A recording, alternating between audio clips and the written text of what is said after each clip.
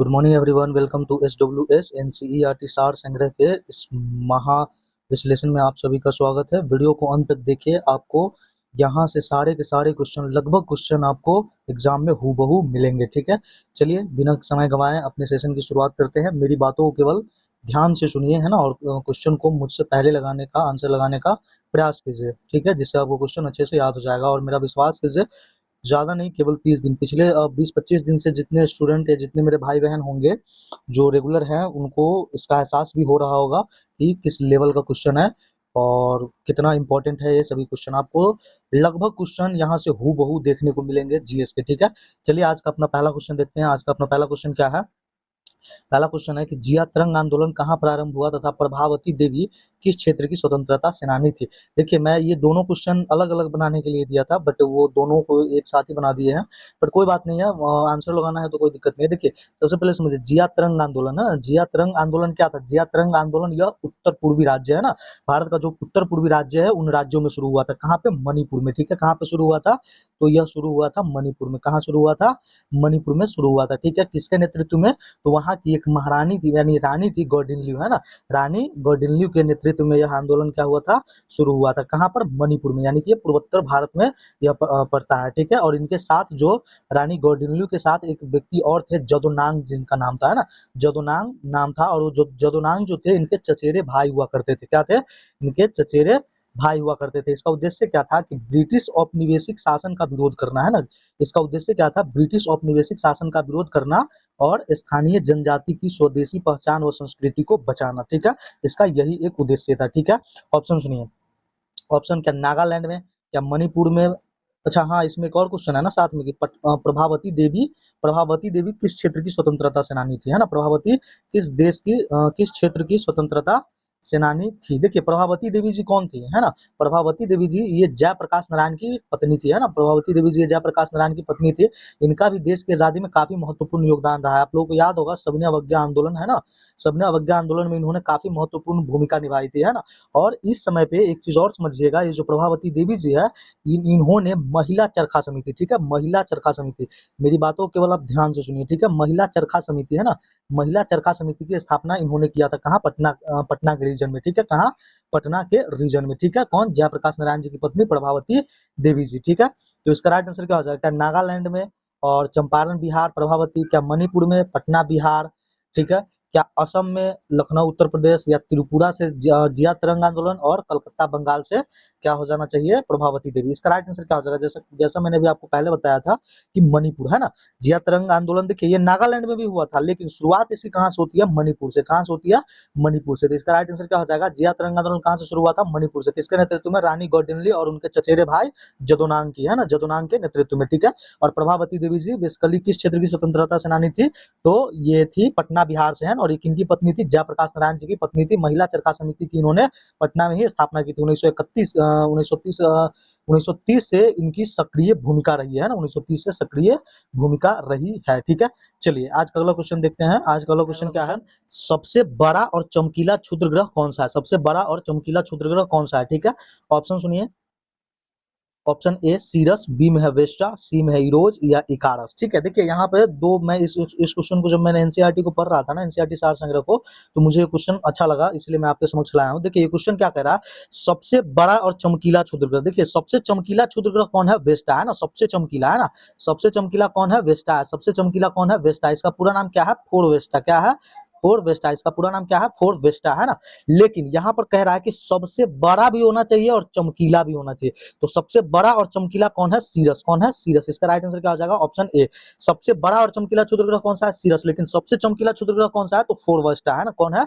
Four वेस्टा। इस चीज को ध्यान रखिएगा। ठीक है, और सौर मंडल का सबसे चमकीला ग्रह पूछा जाए तो क्या हो जाएगा? सबसे चमकीला ग्रह अगर पूछ लिया जाए तो वो हो जाएगा हमारा वेनस। कौन सा? वेनस, है ना। कौन सा? वेनस। और वेनस यानी शुक्र ग्रह, है ना, शुक्र ग्रह। ठीक है, चलिए आज का अगला क्वेश्चन देखते हैं। आज का अगला क्वेश्चन क्या है? आज का अगला क्वेश्चन है कि बेगूसराय के चौकीदारी टैक्स के विरुद्ध आंदोलन किस एक आंदोलन का भाग था? किस एक आंदोलन का भाग था?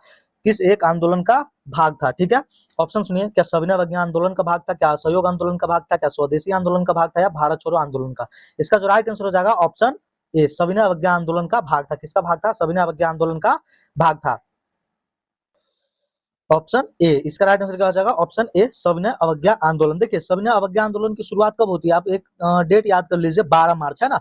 12 मार्च क्या होता है? 12 मार्च 1930 से लेकर के 12 मार्च 1930 से लेकर के 6 अप्रैल 1930 तक, है ना। 6 अप्रैल 1930 तक, 30 तक क्या चलता है? दांडी मार्च। क्या चलता है?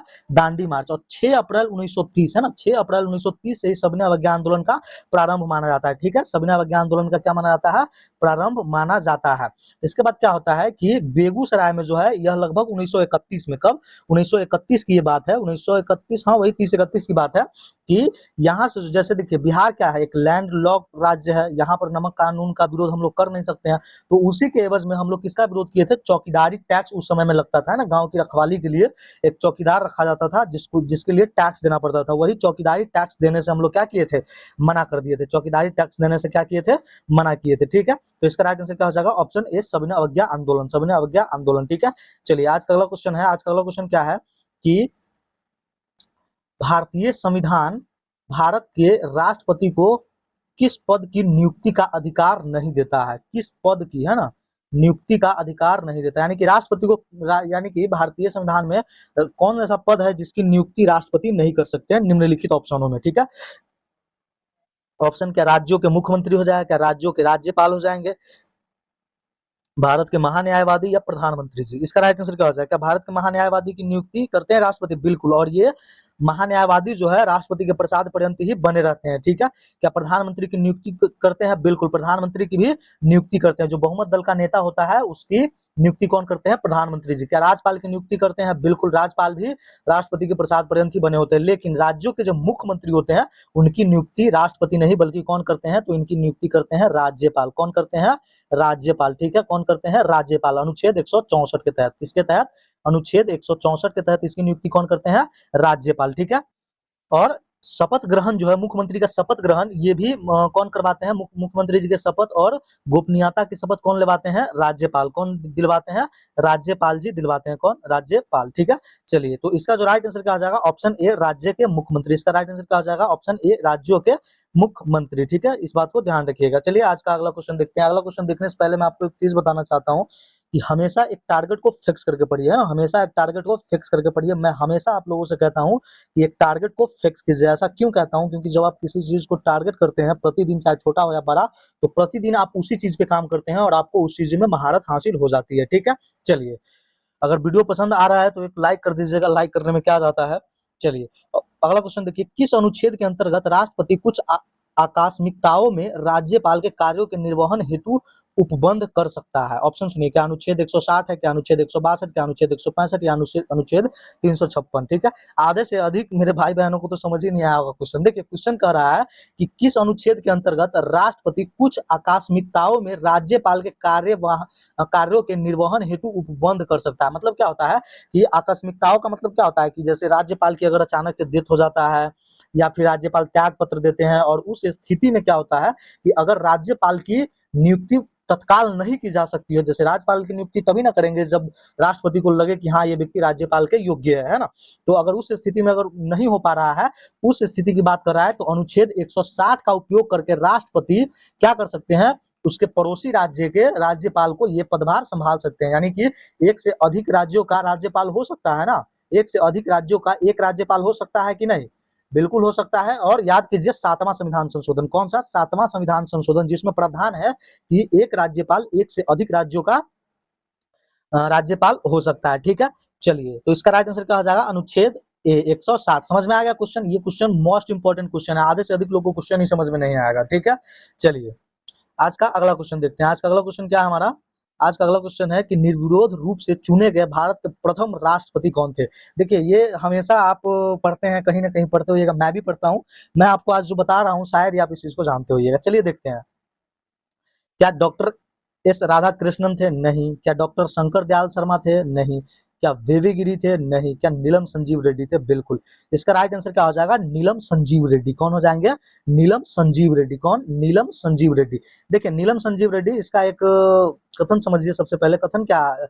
एक समय आता है जैसे फरवरी 1977। ठीक है, फरवरी 1977। ठीक है, फरवरी 1977 में क्या होता है कि भारत के जो तत्कालीन राष्ट्रपति होते हैं फखरुद्दीन अली अहमद, है ना, फखरुद्दीन अली अहमद, ठीक है, फखरुद्दीन अली अहमद, मैं आपको शॉर्ट में लिख रहा हूँ, ठीक है, फखरुद्दीन अली अहमद, अहमद का स्पेलिंग सही है ना, फखरुद्दीन अली अहमद, ठीक है, इनकी मृत्यु हो जाती है, आकस्मिक निधन हो जाता है, आकस्मिक निधन हो जाता है। इनके मृत्यु के बाद क्या होता है, तो इस समय क्या होता है कि इनके निधन के बाद राष्ट्रपति का चुनाव करवाना तो अनिवार्य है, क्योंकि बिना राष्ट्रपति का देश रह नहीं सकता है ना।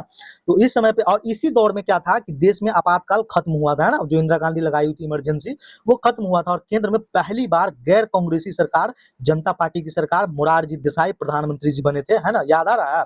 तो ये थे, ठीक है, उस समय पे थे। तो फखरुद्दीन अली अहमद के बाद क्या होता है, मृत्यु के बाद नीलम संजीव रेड्डी, ठीक है, मैं आपको एनएस रेड्डी लिख रहा हूँ, आप समझ लीजिएगा, ठीक है, एनएस रेड्डी के साथ 36 लोग, है ना, 36 लोग, और यानी कि टोटल 37 लोग, ठीक है, 37 लोग राष्ट्रपति पद के लिए नामांकन करवाते हैं। कितने लोग नामांकन करवाते हैं, तो 37 लोग राष्ट्रपति पद के लिए नामांकन करवाते हैं। लेकिन जब स्क्रूटनी होता है, यानी जांच जब होता है, तो चुनाव आयोग ने सभी नामांकन पत्रों को जांच की, तो नीलम संजीव रेड्डी के अलावा बाकी जितने 36 उम्मीदवार थे, सभी के पर्चे को खारिज कर दिया। क्यों? क्योंकि कोई ना कोई त्रुटि मिली थी उस समय, है ना। जैसे कि आप नामांकन करते हैं तो बहुत सारी चीजें चेक होती है, जैसे आप पागल या दिवालिया ना हो, है ना, और भी क्या होता है, और भी चीजें होती है, जैसे कि आप किसी लाभ के पद पर ना हो, इंडियन सिटीजन होना चाहिए, है ना, मतलब भारतीय नागरिक होना चाहिए, ठीक है, आपका उम्र 35 वर्ष, ये होना चाहिए कि नहीं राष्ट्रपति के लिए। इसमें किसी न किसी में कुछ न कुछ त्रुटि थी, जिसके बाद पूरे 36 के 36 जो उम्मीदवार थे, उनका नामांकन क्या कर दिया गया,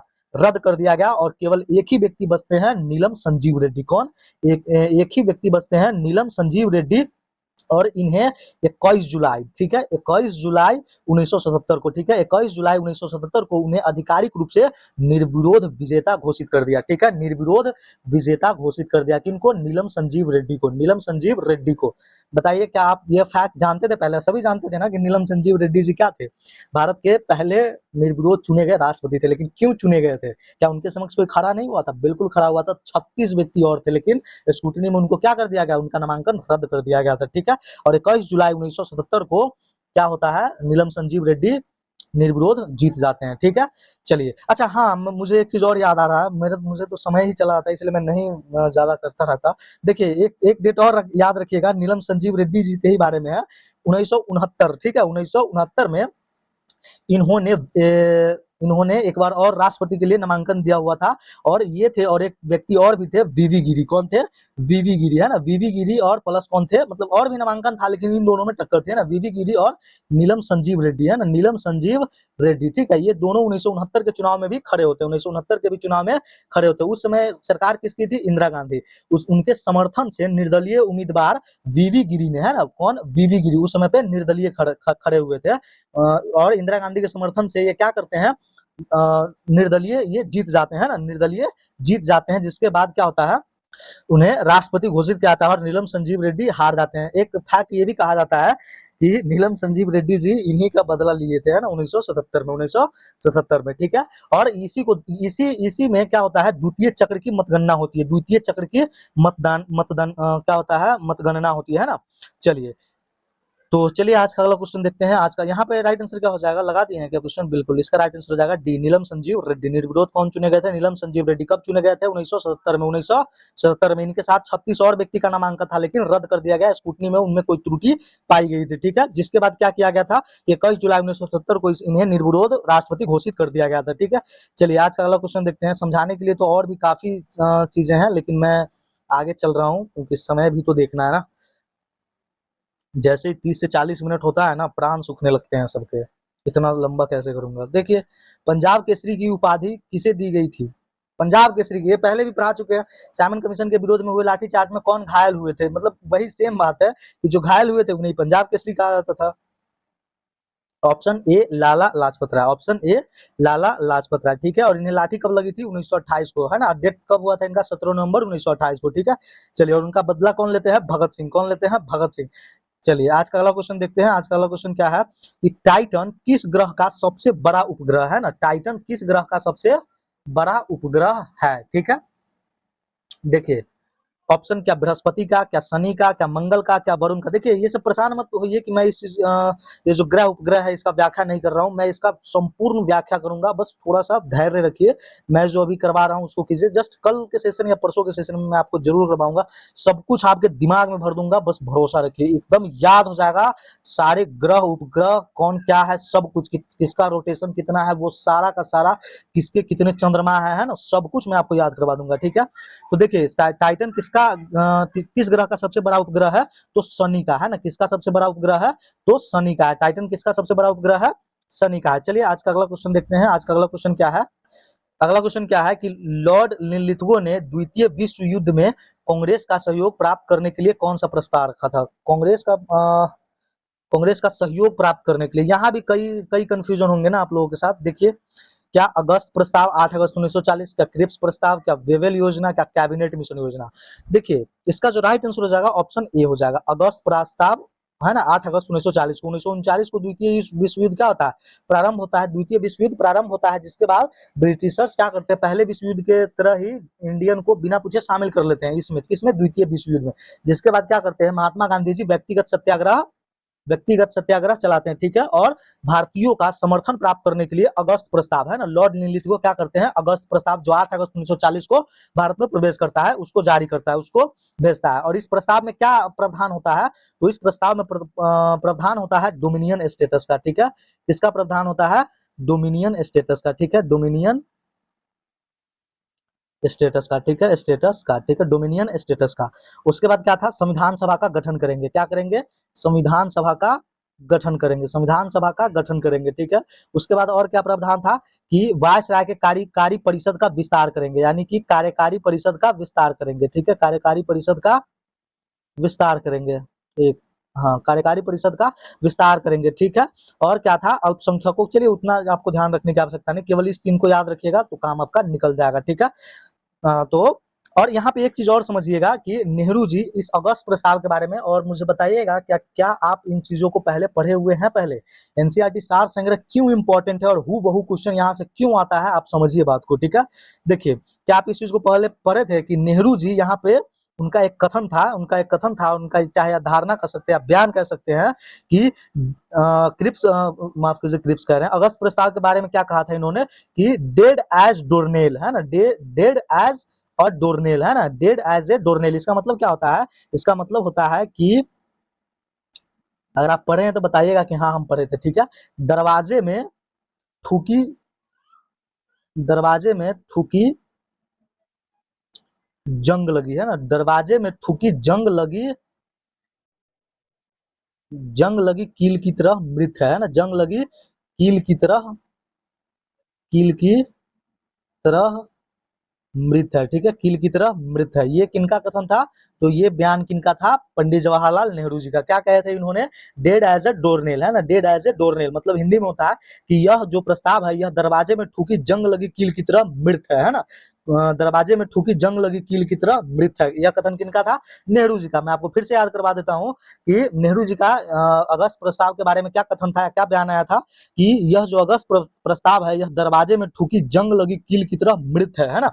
और महात्मा गांधी जी इनके बारे में कुछ नहीं कहते ना, महात्मा गांधी जी इनके बारे में कुछ नहीं कहते। अच्छा मैं आपसे एक क्वेश्चन पूछता हूँ, क्या मुस्लिम लीग अगस्त प्रस्ताव को अपनाया था या नहीं, हाँ या नहीं, आज का आपका पहला होमवर्क क्वेश्चन है, ठीक है। मुस्लिम लीग अगस्त प्रस्ताव को अपनाया था या नहीं, हाँ या ना में बस आपको आंसर देना है, ठीक है। चलिए आज का अगला क्वेश्चन देखते हैं। आज का अगला क्वेश्चन यहाँ क्या हो जाएगा, राइट आंसर ऑप्शन ए। आज का अगला क्वेश्चन देखते हैं। आज का अगला क्वेश्चन क्या है, आज का अगला क्वेश्चन है कि द्वितीय गोलमेज सम्मेलन किस मुद्दे पर असफल रहा, ठीक है। द्वितीय गोलमेज सम्मेलन जो हुआ था ना वो असफल रहा, प्रथम गोलमेज सम्मेलन और तृतीय गोलमेज सम्मेलन भी असफल। तृतीय गोलमेज सम्मेलन कुछ हद तक आप सफल मान सकते हैं क्योंकि सांप्रदायिक पंचायत आया था, ठीक है। लेकिन द्वितीय और प्रथम तो असफल ही रहा। लंदन में गांधी जी किस हॉल में ठहरे थे, देखिए ये क्वेश्चन PYQ है, पूछा गया क्वेश्चन है कि लंदन में जब गांधी जी गए थे द्वितीय गोलमेज सम्मेलन के दौरान तो गांधी जी कहाँ ठहरे हुए थे, ठीक है। ऑप्शन सुनिए, सबसे पहले आप क्या कीजिए, इसका आधा का पढ़िए, ठीक है, कि द्वितीय गोलमेज सम्मेलन किस मुद्दे पर असफल रहा, क्या सांप्रदायिक पंचायत पर, क्या डोमिनियन स्टेटस पर, क्या पूर्ण स्वराज पर, क्या विदेशी व्यापार पर। तो यहाँ पर क्या था, सांप्रदायिक panchayat. Doctor B R Ambedkar के पृथक जो निर्वाचन की मांग थी उस पे ये सांप्रदायिक पंचायत जो था उसी पे ये गांधी जी उठ करके चल देते हैं वहां से, ठीक है। अब आ जाइए दूसरा, लंदन में गांधी जी किस हॉल में ठहरे थे, तो वो ठहरे थे किंग्सले हॉल में। किस हॉल में ठहरे थे? किंग्सले हॉल में, ठीक है। और बैठक कहाँ हुआ था, यानी कि ये जो द्वितीय गोलमेज सम्मेलन या प्रथम या तृतीय, ये बैठक कहाँ हुआ था, तो सेंट जेम्स पैलेस में। किसमें? सेंट जेम्स पैलेस में। किस पैलेस में? सेंट जेम्स पैलेस में, ठीक है। सेंट जेम्स पैलेस में, ठीक है। सेंट जेम्स पैलेस में बैठक हुआ था, ठीक है। सेंट जेम्स पैलेस में, समझ में आ गया। तो इसका राइट आंसर क्या हो जाएगा? ऑप्शन ए, सांप्रदायिक प्रतिनिधित्व, है ना, सांप्रदायिक प्रतिनिधित्व, सांप्रदायिक प्रतिनिधित्व। और रुके कहाँ थे गांधी जी? किंग्सले हॉल में। अच्छा, गांधी जी किस जहाज से गए थे, तो जहाज का नाम क्या था? एसएस राजपुताना, है ना, एसएस राजपुताना, है ना। द्वितीय गोलमेज सम्मेलन में लंदन गांधी जी किस जहाज से गए थे? एसएस राजपुताना। और लौटे किससे थे? तो लौटे थे, आप लोग देख लीजिएगा, क्या विसंटियाना था ना, आप लोग देख लीजिएगा, क्या गांधी जी लंदन से भारत किस जहाज से लौटे थे? विसंटियाना ही था, है ना, विसंटियाना था शायद, मैं थोड़ा सा कंफ्यूज कर गया, मुझे अभी जस्ट याद था बट भूल गया कि लौटे किससे? विसंटियाना से। और लौटे कब थे? यहाँ पे गांधी जी का एक बयान देखिए, गांधी जी क्यों गांधी जी थे। आज के जो कुछ जेनजेड जिसको कहा जाता है, जेनजेड या फिर कुछ युवा जो होते हैं या बुजुर्ग ही कहिए, गांधी जी को हमेशा क्रिटिसाइज करते हैं ना, या फिर हीन भावना की नजर से देखिए। देखिए गांधी जी बहुत बड़े व्यक्तित्व के व्यक्ति थे, है ना। उनके जैसा शायद ही इस पृथ्वी पे कोई जन्म ले। और चलिए सबसे पहले समझिए क्वेश्चन, हम लोग अपना समझते हैं। क्वेश्चन क्या था कि गांधी जी कब लौटे थे, तो यह बॉम्बे तट पे, है ना, बॉम्बे तट पे कब लौटे थे, तो यह लौटे थे 28 दिसंबर, है ना, 28 दिसंबर 1931 को। गांधी जी बॉम्बे तट पे कब लौटे थे? 28 दिसंबर 1931 को, 28 दिसंबर 1931 को। और जब यहाँ पे लौटे तो इनके लिए, मतलब सभी जानते थे, पूरा देश जानता था कि गांधी जी द्वितीय गोलमेज सम्मेलन में गए तो कुछ ना कुछ हुआ होगा। काफी भीड़ थी, है ना, काफी भीड़ थी वहां, कहाँ पे? जो बॉम्बे जो तट है वहां पे। गांधी जी जब उतरे ना वहां, तो गांधी जी कहते हैं ऊपर से कि मैं खाली हाथ तो जरूर लौटा हूं, लेकिन मुझे गर्व है कि मैंने अपने देश के सम्मान का बट्टा नहीं लगने दिया, ठीक है। ये क्वेश्चन भी पूछा गया क्वेश्चन है। क्वेश्चन, गांधी जी क्या कहते हैं कि मैं खाली हाथ जरूर लौटा हूं, लेकिन मुझे गर्व है कि मैंने अपने देश के सम्मान को बट्टा नहीं लगने दिया, है ना, बट्टा नहीं लगने दिया। जिसके बाद द्वितीय चरण, जिसके बाद क्या होता है, फिर से जो प्रथम गोलमेज सम्मेलन, द्वितीय गोलमेज सम्मेलन में जाने के लिए जो क्या हुआ था, गांधी जी को मनाना था। और उसमें क्या था कि सविनय अवज्ञा आंदोलन को बंद कर दिया गया था। लेकिन जब गांधी जी आए तो फिर से सविनय अवज्ञा आंदोलन का दूसरा चरण शुरू हो गया। और इनको फिर से, है ना, 4 जनवरी, कब इनको गिरफ्तार कर लिया गया था? 4 जनवरी 1932 को, है ना, 4 जनवरी 1932 को इनको पुनः गिरफ्तार कर लिया गया, है ना। गांधी जी को छोड़ा ही इसलिए गया था क्योंकि गांधी जी गोलमेज सम्मेलन में भाग ले सके, गांधी जी गोलमेज सम्मेलन में भाग ले सके, गांधी जी या फिर कांग्रेस की तरफ से कोई भी। और उस समय कांग्रेस का सबसे बड़ा चेहरा गांधी जी ही थे, है ना, गांधी जी ही थे। अंग्रेज बहुत चालाक हुआ करते थे, तभी तो शायद ही इस दुनिया में कोई ऐसा देश हो जिसपे अंग्रेजों का कब्जा ना रहा हो किसी समय। तो मतलब शायद ही कोई ऐसा देश जहाँ खनिज संपदा या फिर कृषि ना रहा हो, है ना, वहीं पे अंग्रेजों का कब्जा नहीं रहा होगा। चलिए आज का अगला क्वेश्चन देखते हैं। आज का अगला क्वेश्चन क्या है कि निम्न में कौन राष्ट्रपति के प्रसाद पर्यंत यानी during the pleasure of president पद पर धारण करने वाले पदाधिकारी हैं? क्या संघ के मंत्री? Union minister? नहीं, यूनियन मिनिस्टर नहीं। क्या राज्यों के राज्यपाल? संघ के यूनियन मिनिस्टर होगा क्या? संघ के यूनियन मिनिस्टर? या भारत के महान्यायवादी या उपयुक्त सभी? देखिए इसका राइट आंसर ये भी सही है, हाँ, संघ के यूनियन मिनिस्टर भी होगा, संघ के यूनियन मिनिस्टर भी होंगे, है ना, संघ के यूनियन मिनिस्टर भी होंगे, ठीक है। इसका जो राइट आंसर हो जाएगा ये तीनों हो जाएगा ना, उपयुक्त सभी, उपयुक्त सभी, ठीक है। राज्यपाल भी होंगे, महान्यायवादी भी होंगे और संघ के मंत्री भी होंगे, है ना। तो परेशान मत होइए, ये सभी मैं आपको, और ये जो है ये अलग अलग टॉपिक बना करके मैं लाऊंगा आपके समक्ष, जरूर लाऊंगा। एनसीईआरटी सार संग्रह इसलिए तो चल रहा है। चलिए आज का अगला क्वेश्चन देखते हैं कि मंदाकिनी का सबसे चमकीला एवं ठंडे तारों का क्षेत्र कौन सा है? मंदाकिनी का, है ना, मंदाकिनी का सबसे चमकीले एवं ठंडे तारों का क्षेत्र कौन सा? क्या ओरियन नेबुला है, क्या एंड्रोमेडा है, क्या प्रोक्सिमा सेंचुरी है, या क्या है सिग्नस ए? सिग्नस ए। इसका राइट आंसर क्या हो जाएगा? इसका राइट आंसर हो जाएगा ऑप्शन ए, है ना, ओरियन नेबुला, है ना, ओरियन नेबुला। ओरियन नेबुला क्या है?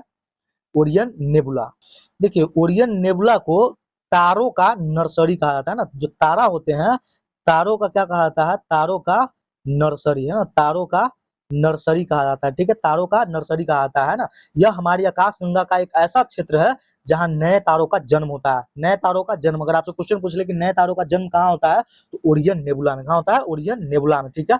और सबसे चमकीला क्षेत्र है यह, सबसे चमकीला क्षेत्र है। यहाँ रात के आकाश में दिखने वाले कई सबसे चमकीले और गर्म विशालकाय तारे होते हैं, जैसे कि रीगल हो गया है ना, बेटल जूस हो गया, ये सभी वहां पे मौजूद है। और यह एक चीज और ध्यान रखिएगा, यह सबसे ठंडा क्षेत्र है, सबसे सबसे ठंडा क्षेत्र है। क्या है? सबसे ठंडा क्षेत्र है। कौन? ओरियन नेबुला है ना, ओरियन नेबुला सबसे ठंडा क्षेत्र है, सबसे ठंडा क्षेत्र है, ठीक है। चलिए आज का अगला क्वेश्चन देखते हैं। आज का अगला क्वेश्चन क्या है? आज का अगला क्वेश्चन है कि अंतरराष्ट्रीय तिथि रेखा, मतलब तिथि रेखा को दिनांक रेखा, ठीक है, दिनांक रेखा, तिथि रेखा, इंटरनेशनल डेट लाइन किस महासागर से गुजरती है? ऑप्शन सुनिए, क्या अटलांटिक महासागर हो गया, क्या प्रशांत महासागर हो गया, हिंद महासागर या आर्कटिक महासागर? इसका राइट आंसर क्या हो जाएगा? इसका जो राइट आंसर हो जाएगा ऑप्शन बी, पैसिफिक ओशियन है ना, पैसिफिक ओशियन है ना। राइट आंसर क्या हो जाएगा? बी, प्रशांत महासागर से, ठीक है, प्रशांत महासागर से गुजरती है। कहां से गुजरती है?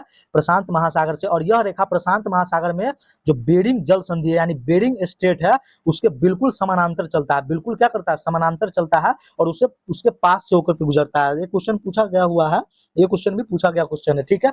चलिए, अच्छा मैं यहाँ पे एक चीज आपसे क्वेश्चन पूछता हूँ, ये जो इंटरनेशनल डेट लाइन है, यह क्या सीधी रेखा है या जिगजैग है? ये रेखा सीधा है या टेढ़ा मेढ़ा है? सीधा है या टेढ़ा मेढ़ा? टेढ़ा मेढ़ा है ना, टेढ़ा मेढ़ा, ठीक है। यह रेखा क्या सीधा है या टेढ़ा मेढ़ा? देखिए यह रेखा सीधा नहीं है, यह रेखा टेढ़ा मेढ़ा है। टेढ़ा मेढ़ा क्यों रखा गया? क्योंकि कई जगहों पर इनको मोड़ा गया ताकि जो एक देश के डेट है उसमें परिवर्तन ना आए। जैसे जैसे अलास्का के स्थान पर हो गया, जैसे साइबेरिया हो गया, जैसे फिजी और टोंगा हो गया, है ना, इन सभी पे जगह पे इनको मोड़ा गया है। और यहाँ से मैं आपसे एक क्वेश्चन शायद बन जाए आपसे कि क्या है जो इंटरनेशनल डेट लाइन है, ठीक है, आईडीएल में लिखता हूँ, इंटरनेशनल डेट लाइन, इसको अब तक कितनी बार, मतलब कितनी बार मोड़ा, अब तक नहीं, कितनी बार इनको मोड़ा जा चुका है? तो 8 बार मोड़ा जा चुका है ना, 8 बार मोड़ा जा चुका है, ठीक है। क्यों मोड़ा गया है? 8 बार मोड़ा गया क्योंकि उस देश के जो तिथि है उसमें कोई गड़बड़ी ना हो, कोई गड़बड़ी ना हो, ठीक है। चलिए आज का अगला क्वेश्चन देखते हैं। आज का अगला क्वेश्चन क्या है हमारा? आज का अगला क्वेश्चन है कि भारत के राष्ट्रपति को उसके कार्यकाल की समाप्ति से पूर्व किस प्रकार पद से हटाया जा सकता है? राष्ट्रपति को तो महाभियोग से, है ना, क्या अविश्वास प्रस्ताव से, क्या महाभियोग से, क्या प्रधानमंत्री की सलाह पर, या सर्वोच्च न्यायालय के आदेश पर, है ना। कार्यकाल की समाप्ति से पूर्व किस प्रकार पद से हटाया? महाभियोग। और यह किस अनुच्छेद में है? अनुच्छेद 61 में। अनुच्छेद आर्टिकल किस में है? आर्टिकल 61 में। मैंने आपसे कल ही कहा था कि मैं आपको राष्ट्रपति का आर्टिकल पढ़ाने वाला हूँ, लेकिन मैं किसी और दिन करवा दूंगा इसको, तो आप समझ लीजिएगा, अभी फिलहाल इतना समझ लीजिए। वैसे सब जानते ही होंगे कि महाभियोग आर्टिकल 61 में, ठीक है। आज का अगला क्वेश्चन है, आज का अगला क्वेश्चन क्या है? आज का अगला क्वेश्चन है कि विद्युत गोलमेज सम्मेलन है, विद्युत नहीं, मतलब द्वितीय, ठीक है, क्या हो जाएगा? द्वितीय, ठीक है, द्वितीय द्वितीय गोलमेज गोलमेज सम्मेलन में कांग्रेस के एकमात्र प्रतिनिधि कौन थे और वे किस जलयान से लंदन गए थे? यानी कि ऑप्शन देखिए, क्या महात्मा गांधी जी थे, क्या जवाहरलाल नेहरू थे, क्या मदन मोहन मालवीय थे, क्या सुभाष चंद्र बोस थे? देखिए मदन मोहन मालवीय जब भी जाते थे गोलमेज सम्मेलन में, तो यह किनके तरफ से जाते थे? तो ये जाते थे हिंदू महासभा की तरफ से। ध्यान रखिएगा, किसके तरफ से? हिंदू महासभा की तरफ से, ठीक है। चलिए ऑप्शन में तो क्या हो जाएगा? इसका राइट आंसर अभी जस्ट पीछे बताया, महात्मा गांधी। और किस जहाज से गए थे? एसएस राजपुताना नामक जलयान से, ठीक है, जलयान से। चलिए आज का अगला क्वेश्चन देखते हैं। आज का अगला क्वेश्चन है कि हमारी आकाश गंगा के केंद्र की परिक्रमा करने में सूर्य को कितना समय लगता है? हमारी आकाश गंगा की परिक्रमा, आकाश गंगा के केंद्र की परिक्रमा करने में सूर्य को कितना समय लगता है? ठीक है, ऑप्शन ए क्या 25 करोड़ वर्ष, क्या लगभग 10 करोड़ वर्ष, क्या लगभग 50 करोड़ वर्ष, या लगभग 5 करोड़ वर्ष? इसका राइट आंसर क्या हो जाएगा? इसका जो राइट आंसर हो जाएगा ऑप्शन ए। ध्यान रखिएगा इस क्वेश्चन को, कितने साल लगता है? 25 करोड़ वर्ष, ठीक है। आकाश गंगा के केंद्र की परिक्रमा करने में, यानी कि सूर्य जो है आकाश गंगा की परिक्रमा कर रही है, और ये अकेले परिक्रमा नहीं कर रही है, ये अपने साथ जो ग्रह हैं जो सूर्य की परिक्रमा करते हैं उन सभी को लेकर के आकाश गंगा की परिक्रमा कर रही है। और यह कितना साल में करती है? तो 25 करोड़ वर्ष में। कितने साल में करती है? 25 करोड़ वर्ष में। ये बहुत बड़ा नंबर है, ठीक है। चलिए आज का अगला क्वेश्चन देखते हैं। आज का अगला क्वेश्चन क्या है कि खान अब्दुल अब बस थोड़ा देर और, ठीक है, थोड़ा देर और देख लीजिए। खान अब्दुल गफ्फार खान ने किस आंदोलन को प्रारंभ किया था जिसका मुख्य उद्देश्य अंग्रेजों को भारत से बाहर निकालना था? ऑप्शन क्या, लाल कुर्ती आंदोलन, क्या खिलाफत आंदोलन, क्या भारत छोड़ो आंदोलन, या असहयोग आंदोलन? ये है बात 1929 की, है ना, 1929 के समय की, है ना, 1929 के समय की। भारत के जो नॉर्थ वेस्ट फ्रंटियर प्रोविंस थे, जिसको हम लोग क्या करते हैं, एन NWFP, है ना, नॉर्थ वेस्ट फ्रंटियर प्रोविंस, उसमें क्या करते हैं, एक आंदोलन चलाया जाता है, यानी उत्तर पश्चिम सीमा प्रांत में, है ना, उत्तर पश्चिम सीमा प्रांत में। उत्तर पश्चिम सीमा कहने का मतलब क्या होता है, वही जो अभी जो पाकिस्तान का क्षेत्र है ना, उत्तर पश्चिम सीमा में, ठीक है। तो ये नॉर्थ वेस्ट फ्रंटियर प्रोविंस में चलाया गया आंदोलन था, कब, 1929 में। और इसके नेतृत्व कौन किए थे, खान अब्दुल गफ्फार खान। कौन किए थे, खान अब्दुल गफ्फार खान। और इसको लाल कुर्ती आंदोलन क्यों कहा गया, क्योंकि इसके जो ये जो आंदोलन कर रहे थे, ये सभी व्यक्ति क्या करते थे, लाल रंग के कुर्ता पहने हुए थे, इसलिए इसको रेड शर्ट मूवमेंट कहा जाता है, रेड शर्ट मूवमेंट कहा जाता है। अच्छा, मैं आज आज आज आपका दूसरा क्वेश्चन पूछता हूँ, होमवर्क क्वेश्चन 2, कि लाल कुर्ती आंदोलन जो था वो अहिंसक आंदोलन था या उसमें हिंसा हुई थी? अहिंसक आंदोलन था या हिंसक आंदोलन? इसका राइट आंसर आप लोग बताइएगा होमवर्क में, ठीक है, किसमें बताइएगा, होमवर्क में इसका आप लोग आंसर बताइएगा। यहाँ मैं कुछ चीजें आपको बताऊं, बहुत इंपॉर्टेंट, मोस्ट इंपॉर्टेंट, एकदम छाप लीजिएगा इसको, दिमाग में एकदम छाप लीजिएगा, ठीक है। ये जो हमारे खान अब्दुल गफ्फार खान है ना, इनको सीमांत गांधी कहा जाता है ना, क्यों? क्योंकि यह गांधी जी के विचारों से काफी प्रभावित है ना, फ्रंटियर गांधी, सीमांत गांधी या फ्रंटियर गांधी आपको एग्जाम में लिखा था, ठीक है। सीमांत गांधी ये पहले विदेशी थे, ठीक है, पहले विदेशी। देखिए सीमांत गांधी लिख दिए तो ये कुछ और मत समझ लीजिएगा, इसका मतलब क्या है, खान अब्दुल गफ्फार खान ही है, ठीक है। सीमांत गांधी जो है पहले विदेशी थे जिन्हें क्या मिला था, भारत रत्न मिला था। क्या मिला था, भारत रत्न, है ना। क्या आप इस क्वेश्चन को पहले से जानते थे? और ये जो भारत रत्न मिला था, इन्हें कब मिला था, 1987 में। कब मिला था, 1987 में इनको भारत रत्न मिला था, 1987 में भारत रत्न मिला था। मूलतः ये जो है खान अब्दुल गफ्फार खान पाकिस्तान के थे ना, पाकिस्तान के थे, ठीक है। और ये आजादी यानी कि बंटवारे के सख्त खिलाफ थे, बंटवारे के सख्त खिलाफ थे, इसलिए भी इन्हें भारत रत्न से सम्मानित किया गया था। कब, 1987 में। देखिए अब तक भारत रत्न से कितने विदेशी को सम्मानित किया जा चुका है, 3। देखिए ये तो खान अब्दुल गफ्फार खान हो गया। दूसरा आ जाता है, दूसरे व्यक्ति थे नेल्सन मंडेला, है ना, नेल्सन मंडेला। क्या आप जानते हैं इस चीज को? आप लोग लिख लीजिएगा, मैं कह रहा हूं आपसे, हूबहू क्वेश्चन, लगभग क्वेश्चन यही सब आएंगे, है ना। देखिए कितना भी सिलेबस चेंज हो जाए, जो डाटा है वो थोड़ी बदल जाता है। देखिए नेल्सन मंडेला जो है, यह दक्षिण अफ्रीका के थे, है ना, दक्षिण अफ्रीका के थे, और ये रंग भेद के खिलाफ हो गए थे। इन्हें कब दिया गया था, तो इन्हें दिया गया था 1990 में, है ना, 1990 में भारत रत्न दिया गया, ठीक है। और एक और व्यक्ति थे, और एक व्यक्ति थे, ये तो नेल्सन मंडेला हो गया, और एक व्यक्ति थे मदर टेरेसा, ठीक है, मदर टेरेसा, ठीक है, मदर टेरेसा। नेल्सन मंडेला को कब मिला था, 1990 में। खान अब्दुल गफ्फार खान को 1987 में।